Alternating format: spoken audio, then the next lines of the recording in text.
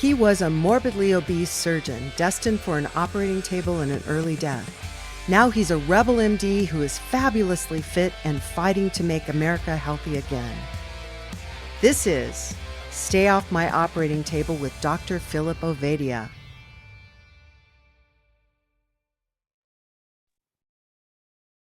Welcome back. It's the Stay Off My Operating Table podcast with Dr. Philip Ovadia, and I'm Jack Heald. I represent the audience in that I'm not a healthcare provider, and we've got usually have healthcare professionals, but today we've got somebody who's on our side of the table, and by our I mean folks like me who depend on the healthcare system to take care a wannabe healthcare things go. professional. There we go, wannabe. Phil, why don't you introduce our guest today? Yeah, sure thing. Real pleasure to have Andy Schoonover on today. We've talked a lot on this program about the various issues with the healthcare system.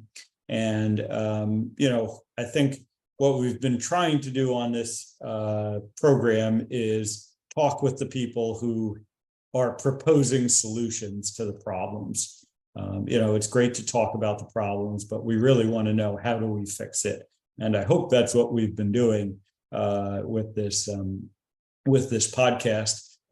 Andy is certainly fits into that category, and the specific problem that he's been tackling is around healthcare, is around health insurance. And the role that insurance plays within the healthcare system.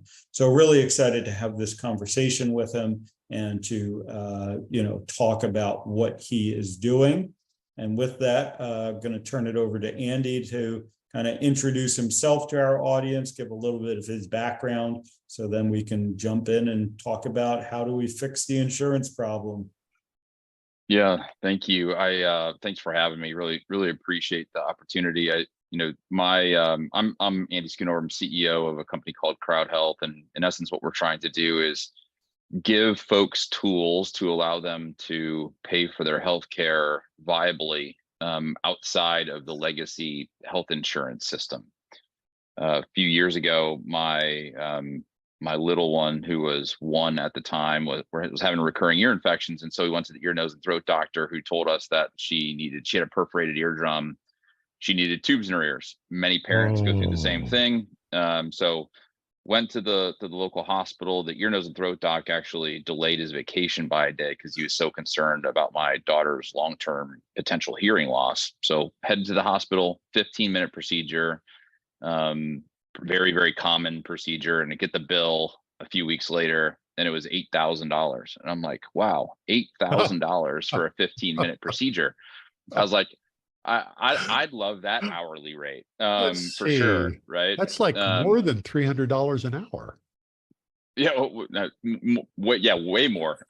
Way more. It's like $30,000 an hour. It's crazy. So I was like, okay, well, this is what health insurance is for. Like, this is the point of health insurance. If something big comes up, and in reality, I didn't really care that it was $8,000 because I have health insurance.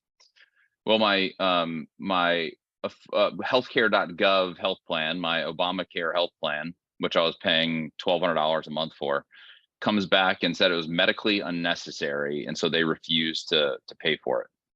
And so, after I think it was 2 or 3 rounds of protest, they still refused, and so I had to stroke an $8,000 check to the local hospital.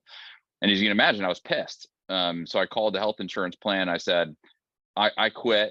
If you're not going to pay my bills, I'm not paying your bills. And so I've been uninsured since. So it's been a little over 3 years of being uninsured. And most people think that's kind of scary, but I kind of feel like it's very freeing. Oh, totally agree. Agree. And it really kind of built some tools for my family. It started as just for my family. Like, what do we do now that we're uninsured?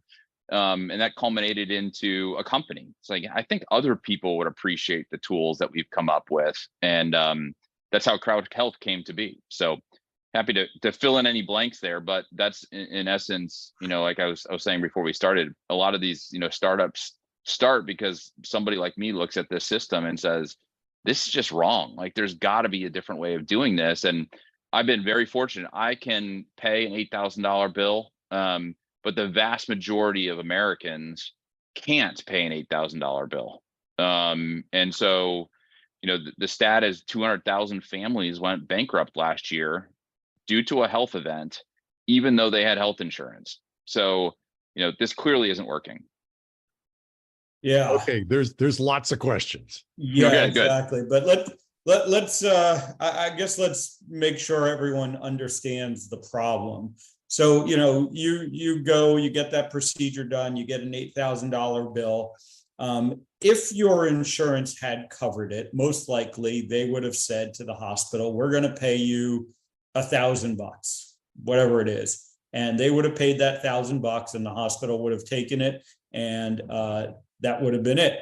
And, maybe you would have had a copay or your deductible or whatever, but the actual amount paid for that procedure would have been $1,000. But because your insurance company denied it, the hospital then asked you to pay the entire $8,000, even though they knew that that procedure was only worth, the $1,000, let's say. And we won't even get into what it was actually worth, but the hospital was expecting to get $1,000 from your insurance company.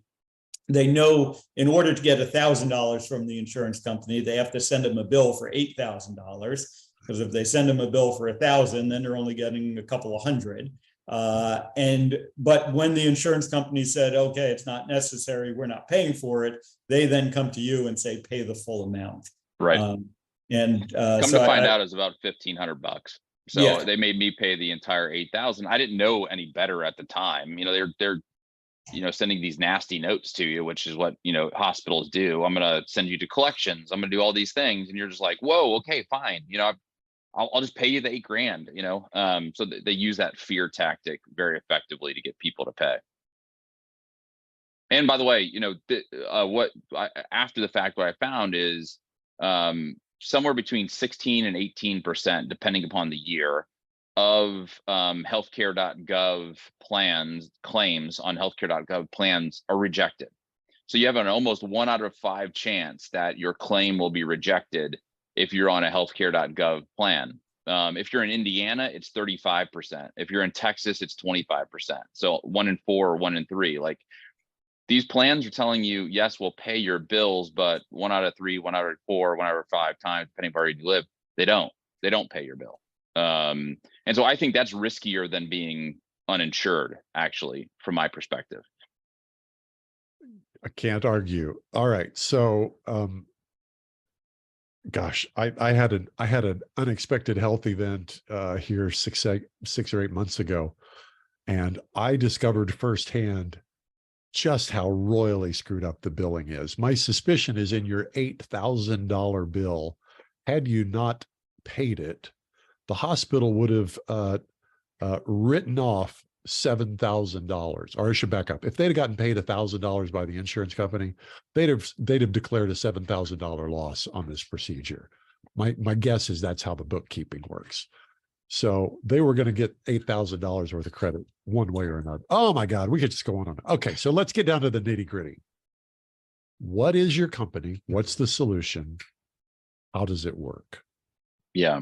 So the key here is what I found in my period of being uninsured, that if I can pay doctors in cash, I can get a significantly better price than what the health insurance plans get. And so what is the reason for that?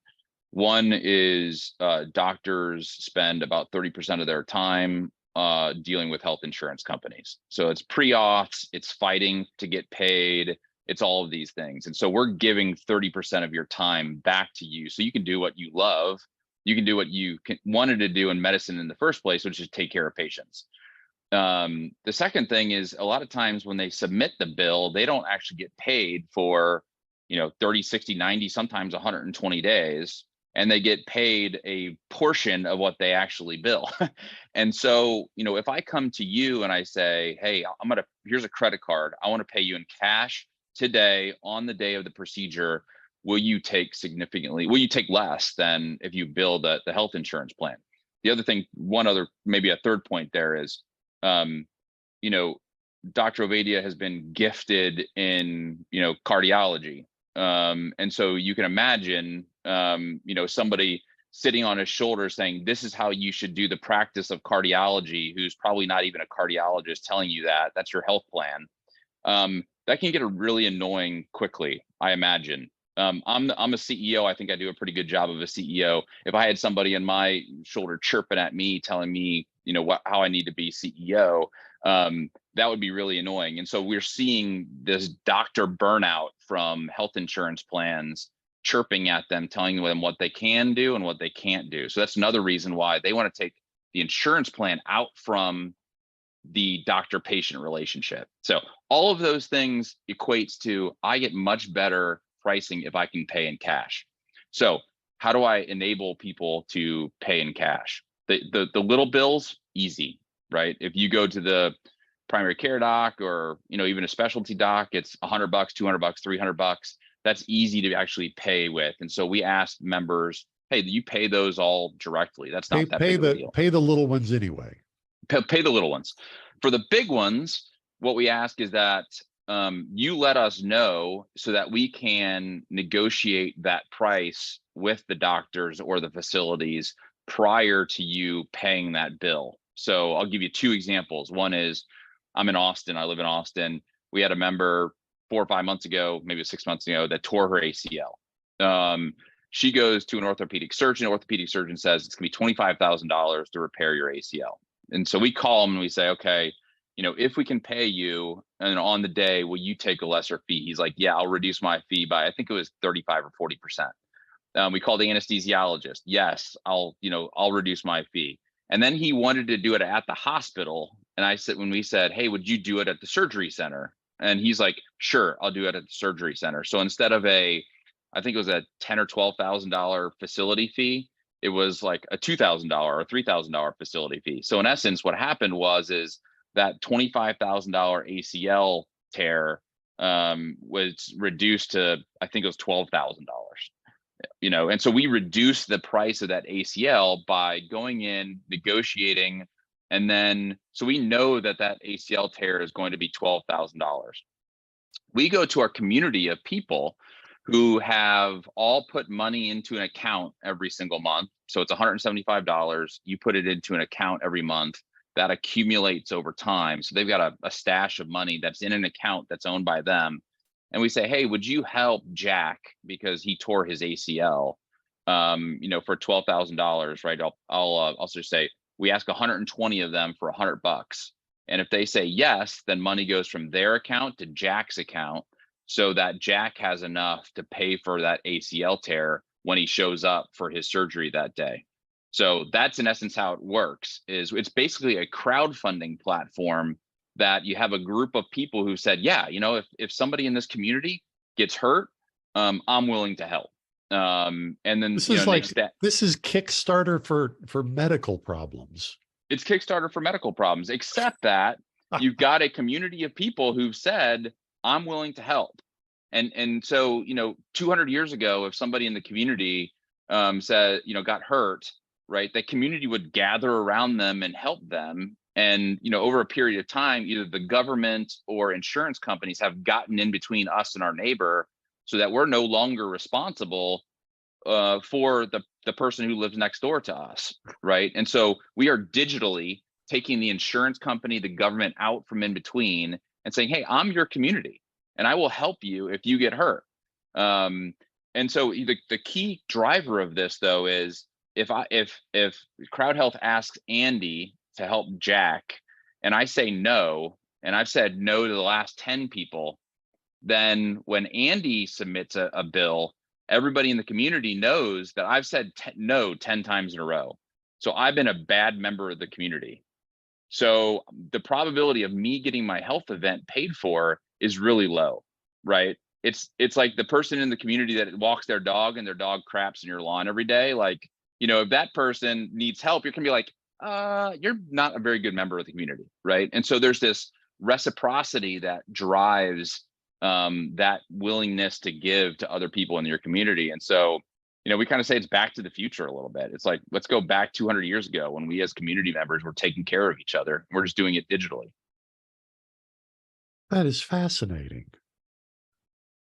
We've crowdfunded, I don't know what it is, but it's like 3,000, almost 3,000 bills thus far.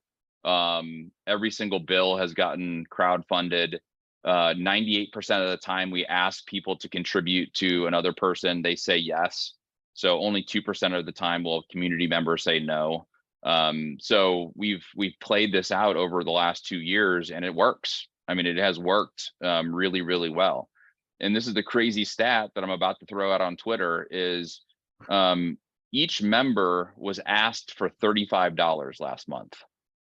So, if you think about the grand scheme of healthcare costs, each member was only asked for $35. That's ridiculously low because we're getting so much better pricing than health plans. So it's a pretty incredible model. And just to be clear, that's $35 out of the 175 that they had paid in anyway. Yeah. So it wasn't that they were actually going into their pocket. They were just exactly. using some of the funds that they had saved essentially. So the math on that is it's $175 every month. You put the $175 in. We take $40 as a subscription fee. That's the way that we make money. So there's $135 left. And so I asked you last month for $35, which means you still have $100 left in that account. And then when you leave CrowdHealth, it's your account. You can take that $100 with you. And so, it's not like you stick it into the black hole of health insurance land and never see it again. It's actually your money. And I guess, one question that comes to mind is what's the scalability of this, and do you, well, two questions, what's the scalability and what's the generalability? Not sure if that's a word, but, what does your pool have to look like to make this successful? Because if you have a lot of sick people who are spending a lot of money on their care, that's probably not going to be viable. Yeah, I mean, we have thousands of people in our community, so it's not, tiny. And we're growing by hundreds every month. So we've taken care of, I think it might be 5 cancer cases now, one of which was colon cancer, which, as y'all know, is not an easy one. We had a thyroid, a colon, a cervix, and there was one other one I can't remember. We've had a NICU baby who was in NICU for 12 days. We've had a brain hemorrhage who is in the neuro ICU for 2 weeks. Like, these are big bills. And so in essence, what we then go and do is negotiate those bills with the hospital and get those bills down pretty significantly. Given that all of our members are uninsured, we have more negotiating power with the hospitals than United Healthcare does. So we get those bills down. I think we're averaging somewhere around 60% now. So if you get $100,000 NICU baby bill, it was much higher than that, but let's just say it was $100,000. We're getting it down to about 40. And so if you have thousands of people, let's just say you have 5,000 people, that's $8 for, per person that month for a massive, healthcare bill. So we think that we've hit a threshold where we can, viably do this. We can't promise that you're going to get your bill paid because then that would be a guarantee and that would put us in insurance land. So we don't promise it. It's still your bill. But it's it still sounds your like the insurance companies don't promise it either. Well, no, it's even worse. They do promise it, but they don't actually pay for it. They actually they are a guarantor of your bill, but they don't actually pay for it because they find some loophole and they bureaucratize you. I don't even know if that's a word. I used it in the wrong tense probably, but they put so much, crap around it that it makes it so complex that you're like, fine, like just tell me what I have to pay, or go bankrupt, one of the two. And so, they use the complexity of the system against, good folks like us. Well, we all know that it's screwed up almost beyond comprehension, certainly beyond description.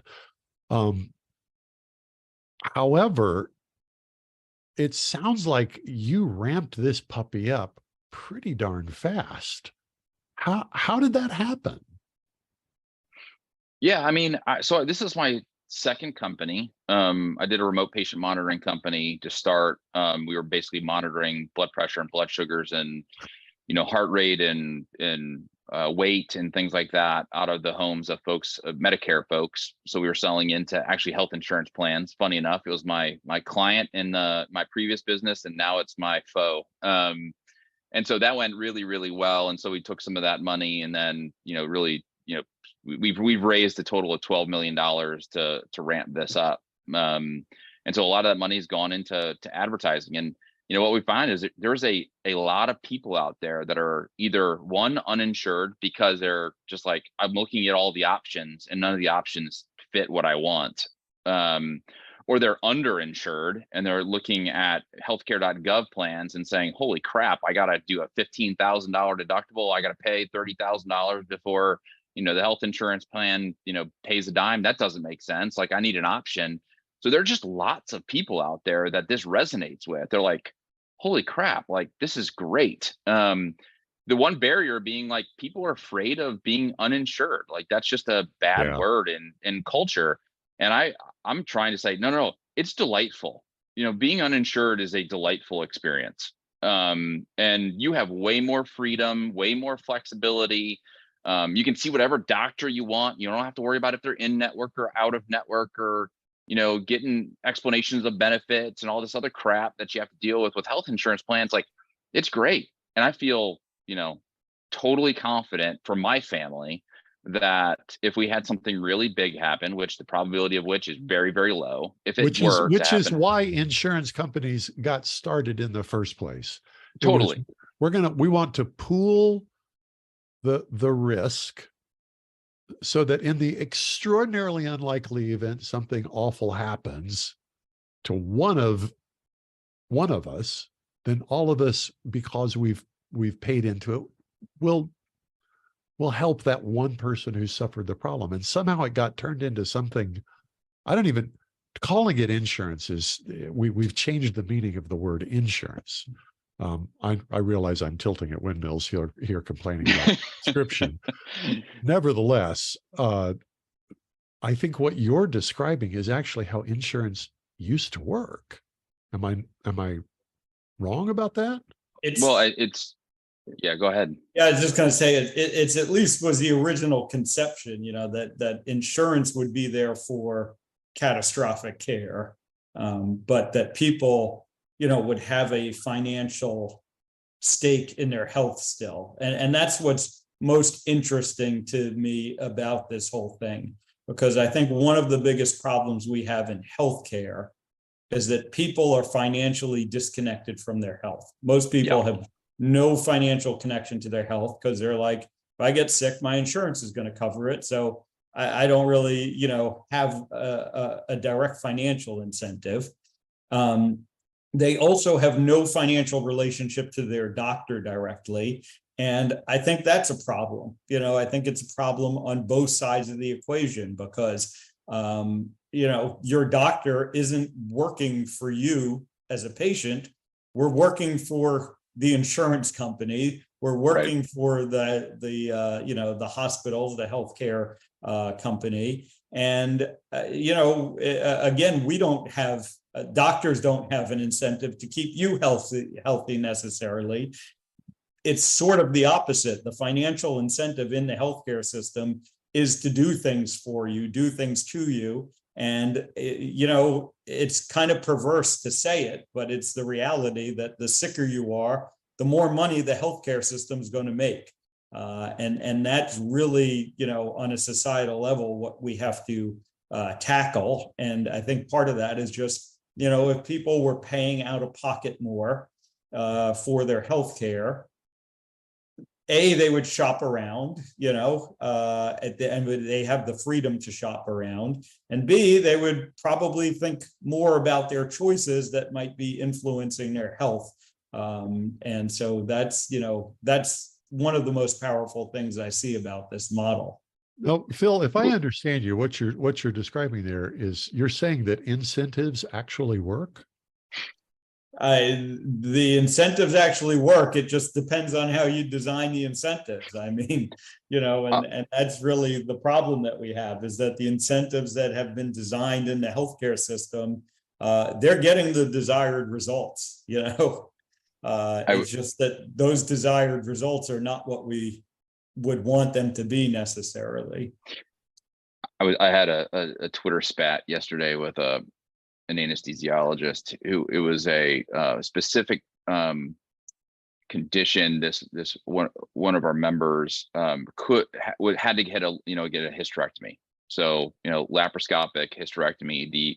The local hospital gave them a $50,000 quote to do this.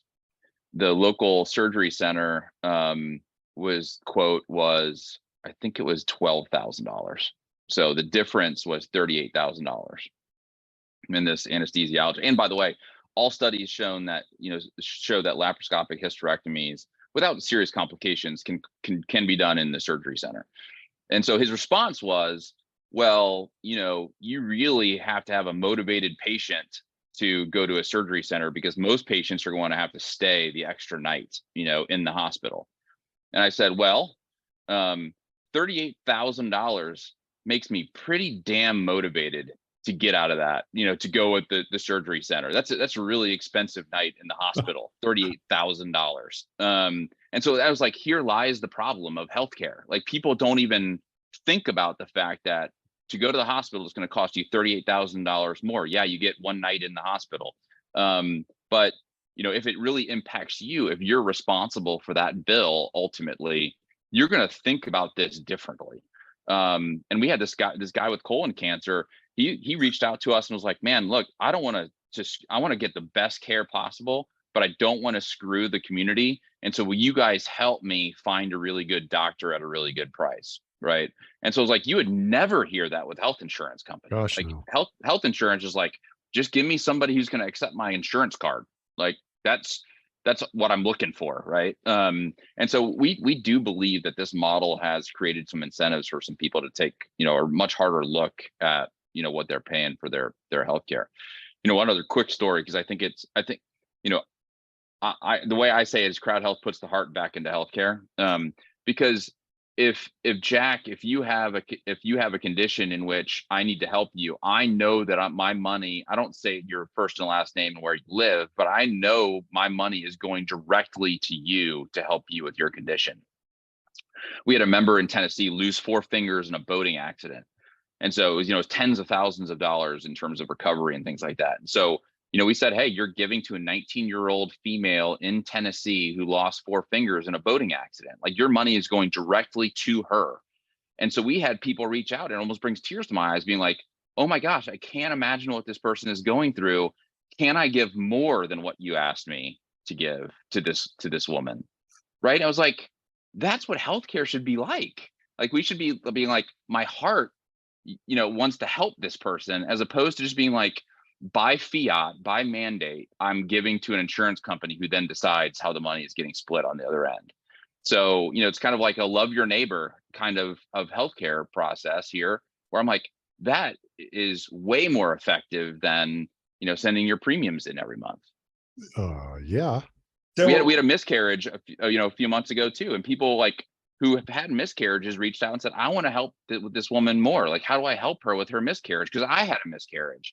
Like, that to me is what healthcare should be about. How are you handling the non-hospital part of all this? So, one of the biggest expenses we have in the healthcare system is, chronic conditions, things like diabetes, heart disease, heart failure, the medications that it takes to manage these, the repeated doctor visits that it takes to manage these. How do we address that side of it? Because it's not as easy, although it's also not impossible, but it's not as easy to to negotiate down the price of your medication. It's not as easy, but it is not difficult. Again, we're uninsured, and so almost every pharmaceutical company has a program for folks who are uninsured. I think, is it Eli Lilly maybe, that just came out with their, they said, if you were uninsured, you will only pay $35 a month for insulin. And so, these, and even the big massive drugs that are $10,000 a month, if you're uninsured, you can go to these pharma companies and say, I'm uninsured, and they will give you 80 or 90% discounts on these drugs because you are uninsured. And so, we had a member 3 or 4 weeks ago who is a type 1 diabetic, and he's like, I'm choosing CrowdHealth because when you look at the deductibles of the ACA plans, I'm actually going to be able to find my insulin for cheaper, find all my, other, stuff that I need for my insulin or for my diabetes cheaper. And I'm still, I think he said he was going to save like $5,000 a year on his, on his healthcare by using CrowdHealth as opposed to going with an ACA plan. So, we think it's good for chronic conditions in addition to, to the healthy folks like me and you. So, I will say that we get self-selected males in their mid-30s who are pretty healthy. And so the foundation for CrowdHealth has been those types of folks, because they are, less risk averse, and this is something new. And so just by the nature of what we're doing, we tend to get people who are, less risk averse than normal, which tend to be healthier and male and in their 30s, which are just an inexpensive population. So we do have a great population to work with, and it's good that we have that, because that's the foundation for which we need to build something like this. And do you have any criteria that would prevent someone from enrolling, pre existing conditions or anything like that? The only two that we do not allow people to join the community is if you are over 260 pounds, then you have to lose a little weight before you can join us. And the funny thing is that's been an incentive for a lot of people. I think we've got a dozen people now in the group. I know it's not a lot, but it's a start that have wanted to join CrowdHealth and have actually lost weight as a result, and now are CrowdHealth members, which is kind of cool. The only other thing is kind of smokers. We don't allow in. So it's like, look, if you're not going to take care of yourself, then why should other people have to take care of you if some big health event comes up? So we want people to be taking care of themselves, but those are the only two limitations to folks who can join the community. Wow. Okay, so what other questions do you get asked the most about CrowdHealth? Yeah, I mean, I think people are concerned about the big ones, the cancer cases and things like that. And what I say to them is, we've done this. We can get much better pricing than the health plans, and I think one of the reasons why the pricing is so high is if the pricing wasn't so high, your need for health plans or health insurance would be way lower, right? Like, there is a massive incentive for health insurance to keep prices high so that they are needed. And so I just think that. So if I understand, and I've been trying to figure this one out for a while, there is this twisted symbiotic relationship between hospitals, big healthcare organizations, and I use that term reluctantly, and insurance, because as long as the hospitals charge high prices, it drives the demand for the health insurance. And as long as the health insurance keeps jacking the prices up, it gives air coverage for the hospitals to jack their prices up. Yeah, it's even worse than that. Yeah. And yeah, it's, in Obamacare, they have this 15% medical loss ratio rule where, for every dollar of premium, you only can make 15 cents. So let's just say that my family's premium is, to make math easy, $1,000. The health insurance plan can only make $150 on that. So everybody from the outside looking in without any kind of free marketplace experience is like, oh, that's great. The health insurance plans can't rip us off. But guess what? These are for-profit entities. How do they make $165? They have to jack up your premiums by 10%. And so you actually have health insurance who are incentivized. This is your agent. This is a principal agent problem, right? This is your agent who's supposed to be working on your behalf that actually has an incentive for prices to go up because they make more money when premiums are higher, right? So you have the buyers of healthcare, which are health insurance plans, who want the price to go up. You have the sellers of healthcare, who are the big hospital systems, and it's more and more so. They both want the price to go up. So this doesn't take a PhD in economics. If the buyer and the seller want the price to go up, guess what? The price is going up, right? And so people think that this is very, very complex. Oh, healthcare is so complex. I think that's just, a red herring for, no, it's not that complex. Hospitals want the price to go up. Insurance plans want the price to go up. The price is going up. And that's just how our system works, unfortunately. This sounds like a bad marriage. It sounds like the only way to win is not to play. Well, and that's what we're saying. Yeah, just to make it even worse is that increasingly the insurance companies and the healthcare providers are the same entity. They own each other. The insurance companies are buying hospitals. These large hospital networks are largely self-insured. So, increasingly, you don't even have anyone negotiating against, they're paying themselves basically. And so even more so, the incentive is there. United Healthcare is the largest owner of doctors in the country. United Healthcare. I mean, so it's like, okay, so who's negotiating with who here? Like that doesn't make any sense. Yeah. Let's talk, selfishly, I want to talk about this from the provider standpoint, the physician standpoint, how this actually improves things for them as well.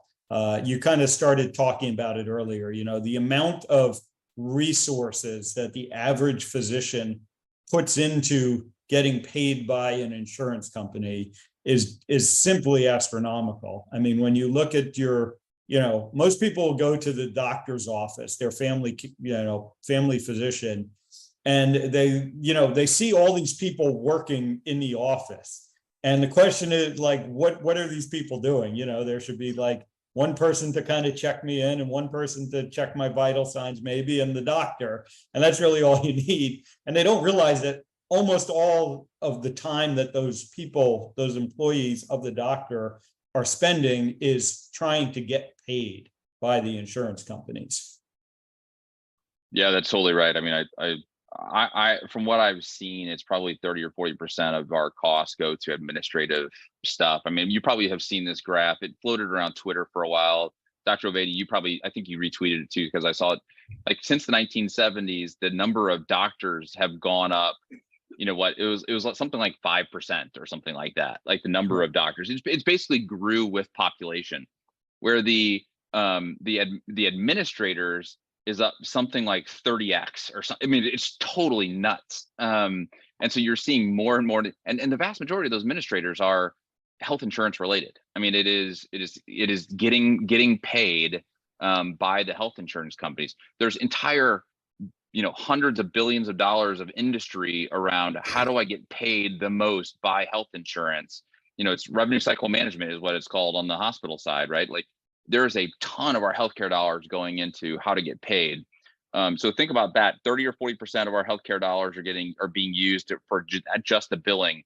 Whereas if I show up with my Apple Pay right on my phone, it's like 1.5%, friction. I'm a Bitcoin guy. If you did it over Lightning, it would be pennies, if I could pay over Lightning. So, there is a way to strip out all of that administrative cost by paying directly. And so the only people who love us probably more than the members are the doctors. Like you go into a doctor's office and say, I want to pay you in cash. Or like, really? Like, how can I get more of you? How do we get more of your members in to see me? So, we've started building a database of these doctors who are like, please, like send more people our way. Because, a lot of these doctors, these independent doctors are disappearing because the hospital systems are sucking them up, and so they're losing their entrepreneurial kind of flair for their business because of billing. And that's ultimately what it is. It's just they can't get paid enough, or it costs so much to bill that it just makes it uneconomical.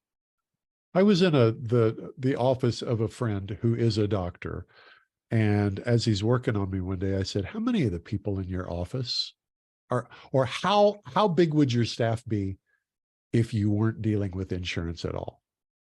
And he said, "My staff would reduce by 2/3." 66% of his staff, and he had like 15 people in his office. He could have been delivering healthcare, what he was actually there to do. It was him, 2 other doctors with 5 people. And there were 10 people who spent all day long dealing with insurance. So part of the money I was paying him, and by the way, I paid cash. Part of the money I was paying him was going to pay for these 10 people who are not providing anything related to healthcare. Now, that may be an extreme case, but I don't think it really is. I think that's what. No, I think it's the average. And the other component of it, from the provider standpoint, is the documentation, the excessive documentation that's required from the provider in order to get the insurance company to pay for them. Because like you said, the insurance company is looking for any reason not to pay. So if the documentation doesn't have the right codes, doesn't have the right keywords in it, they're going to turn around and say, we're not paying for this. And that is, a whole nother level of pain to the providers, because we spend a lot of time, with what really is unnecessary documentation to make the insurance companies happy. And it really, again, has nothing to do with the care of the patient. Yep. Okay. Exactly. Well, let's talk about the process. There are folks listening there. There are both providers and just normal folks like me listening to this saying, okay, what's the process? How do I go about doing this? I want to get started. Yeah, I mean, it's super easy. I don't know if you want me to walk through a bill, or Well, no, and how that works. Start with, how to get signed up for CrowdHealth. Let's start with, how do I quit being insured? How do I quit being raped every month by the insurance company and join CrowdHealth? And then we'll go to the process. Yeah, I mean, it's super easy. Joincrowdhealth.com is where we're at, and it literally takes 5 minutes to sign up. It's month to month, so you are not putting you any year-long commitment. There's no renewals or open enrollments or anything like that. It's month to month.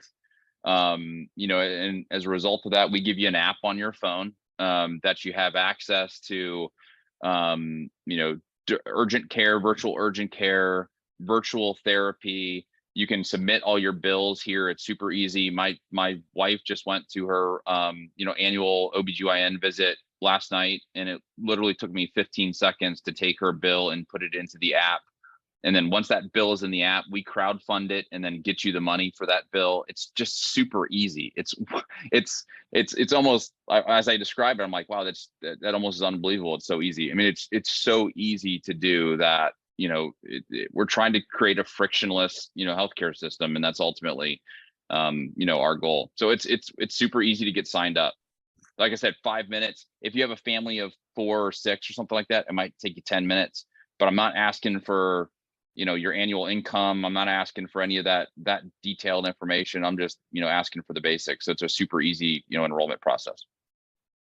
Now, as I understand it, for every health event, there's like, we don't pay for anything under X. Yeah. Yeah. So for all the health events, so each member gets 1 wellness visit per year. So if you have a family of 4, that family gets 4 wellness visits per year that are 100%. You can put that into the for crowdfunding, submit that for crowdfunding. We do limit that to $300. So, you can't go to some naturopathic somebody or another who is a $1,500 or $2,000 visit or something. It is limited to $300, and you can get one of those per year. And then anything other than that. So let's just say that I'll use my most recent example. I was having chest pains. So I went to a cardiologist, and the cardiology visit, I think, was something like $200. They wanted me to go to do a stress echo test, which cash pay was $250. So now I'm up to $450 for that health event, right?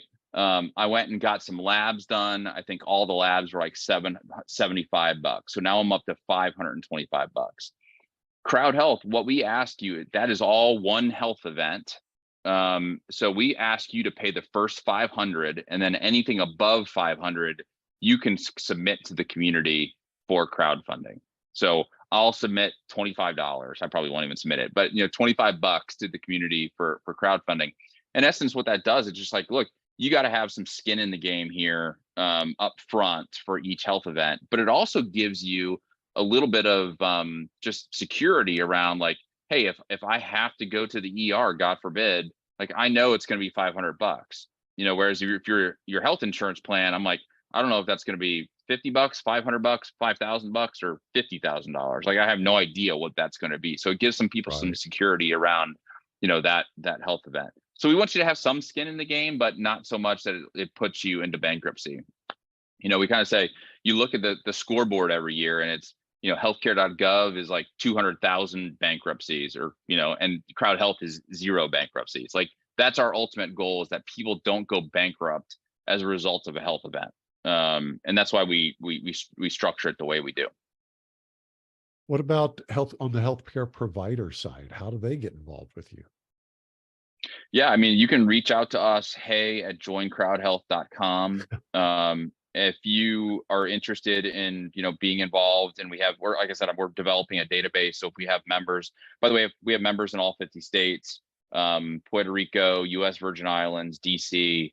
And so we have people more than likely in your area. So if you're interested in, joining up with us, send your contact information to us. We'll get in touch with you. It's your name, it's your specialty, your location. And then if we have people who are in your location, then we would be more than happy to send them to you. We are looking for independent docs outside of hospital systems, preferably. We always say, if you go into a hospital system, you're going to stay in a hospital system, because it's really hard for that doc to refer you outside of that hospital system. And hospital systems tend to be 2, 3, 4 times more expensive than independent docs, independent labs, independent radiology facilities, things like that. So we try to keep you out of the hospital system. So we're looking for independent docs across the country.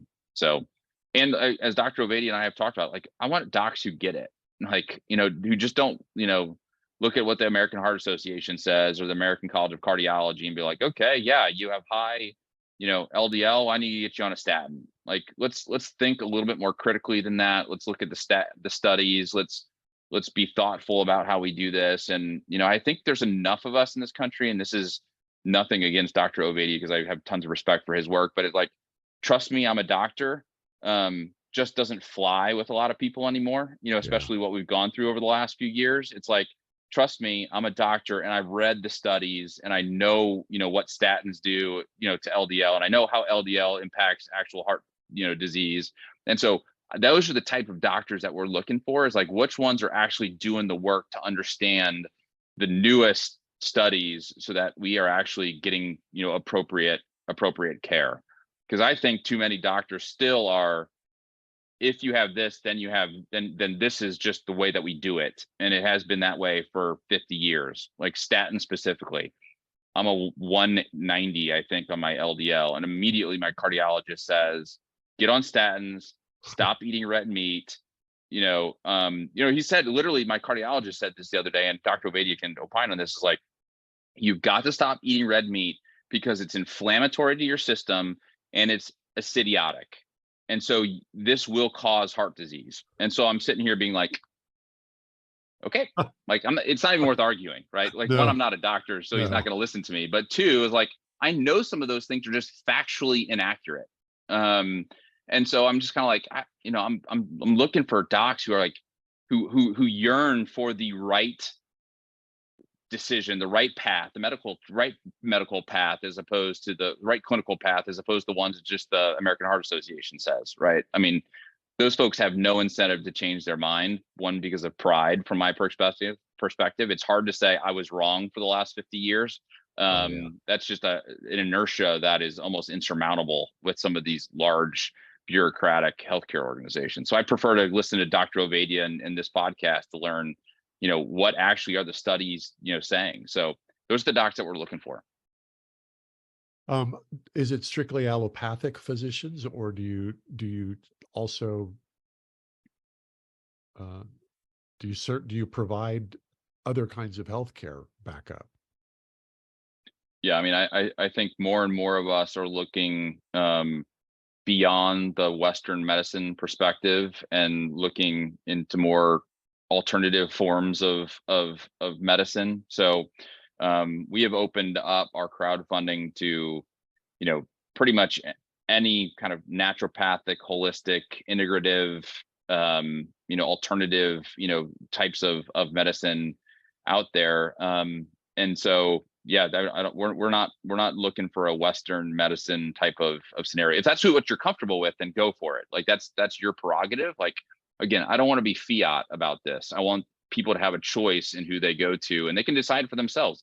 If they want to go to the cardiologist that puts them on a statin, I don't truly believe that that's the right way of doing it, but it's your choice, it's your body, and I think it's between you and your doctor, ultimately. But we also are very kind of keen on showing you, some alternatives. I just had this whole thing on Twitter and Instagram about a DEXA scan, and how a DEXA scan, even though I'm only 43 years old, is pretty interesting to me. Now I know that, what my, fat percentage is and things like that, right?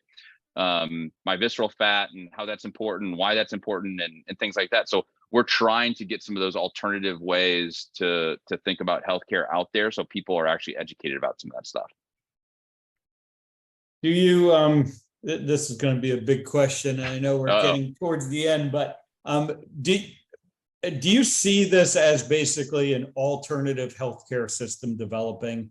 Do you see that our healthcare system is really forking, and that, Yes. we're going to end up with, there's going to be two sides of the equation. You can take your traditional insurance funded healthcare, and you're going to get the results that's been getting, and you can break out of the model and connect with the practitioners who are doing that, and the funding model that's doing that, and the people who are interested in having that. I think it's absolutely a parallel system to the system that we are currently working in. Sorry, I'm going to lose power here, so I want to make sure I don't lose power on y'all. So yes, I think that there's an alternative system here that we are building that I think is way more effective than the current system that we're in. And so there's a fork that's going to happen, I believe, because people ask me, what can we do to change the healthcare system? And I said, look, the only way to change it is to burn it down. Like, I don't think there's any incremental change that we can do to the current healthcare system that's going to vastly improve, the outcomes. And so I think we need to burn it down and start a new parallel system. And if we can support that, then let us be that small, seed that hopefully sprouts into something really, really big that can actually build this parallel system. So absolutely, I think we are that's what our goal is to really build a parallel system to the one that's currently out there. I think the hospitals have to be the first to fall.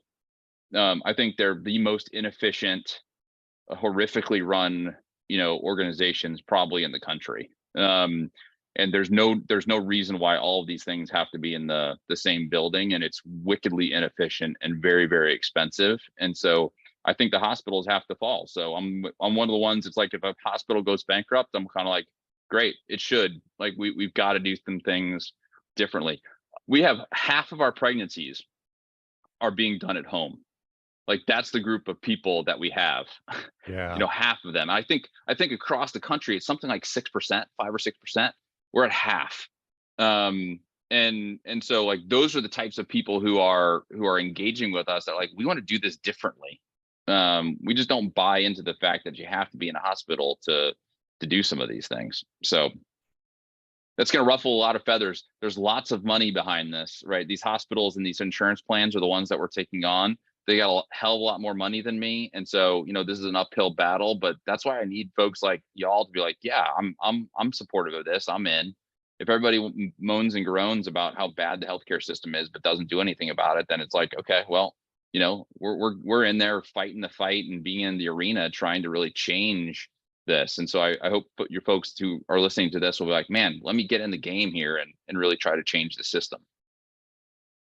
I think that's a good place to end it. Those of you who are listening and are complaining about the healthcare system, get in the game. Here's a way to get in the game. Here's a way to get out of the game that you can't win and get into a game that not only is going to take care of your health in a way that you want it to be taken care of, because it matters more to you individually than to anyone else. And you can also help your neighbors and your family and really all of us to create a better way to take care of health. Andy, thanks. This is a great story. This is a really, really good story. I've been watching it, you know, for years, thinking there's got to be a parallel system that's gonna spring up, because I'm not the only person who's sick of this. Yeah. I can't be. Yeah. Well, thank you guys for having me. I really appreciate it. And Dr. Ovadia I have tons of respect for you and what you do. So thank you for everything that you're doing to try to change the system. And I know you've been an inspiration to me and others. So thanks so much for having me on. It really truly is an honor to be on your show. Yeah, no, thank you, Andy. Full disclosure, I've volunteered some time on an advisory board for CrowdHealth. They haven't paid me yet. If they want to start, I won't object, but we'll talk about that later. But it's just such a fabulous idea that, you know, like I said, I'm always out there looking for the solutions. You know, we most of us know we have big problems in the healthcare system. And I'm always happy to discuss that, but I'm really interested in how do we fix it. And that's been my approach and my mission. And I think CrowdHealth is really is going to be a big part of that. You know, this model, I think, makes a lot of sense from a lot of perspectives. So look forward to seeing how it continues to grow. I look Cool. forward to hearing about your growth as a result of this podcast. So I'll let you know. I'll keep you posted. all right. Thank you guys so much. Thank you. Well, for Dr. Philip Ovadia, I'm Jack Heald, and for Andy Schoonover, he's still Andy Schoonover. Thanks for joining us on the Stay Off My Operating Table podcast. Please visit joincrowdhealth.com. Check it out. It's a way that I think is going to change how those of us who are ready for a change can really participate. Please visit Dr. Ovadia's website as well, ifixhearts.com. You can check your own metabolic health with a quick and dirty little 2-minute test. I did it myself. Apparently, I'm not in as good a shape as I thought I was. And we'll talk to y'all next time. America is fat and sick and tired. 88% of Americans are metabolically unhealthy and at risk of a sudden heart attack. Are you one of them? Go to ifixhearts.co and take Dr. Ovadia's metabolic health quiz. Learn specific steps you can take to reclaim your health, reduce your risk of heart attack, and stay off Dr. Ovadia's operating table.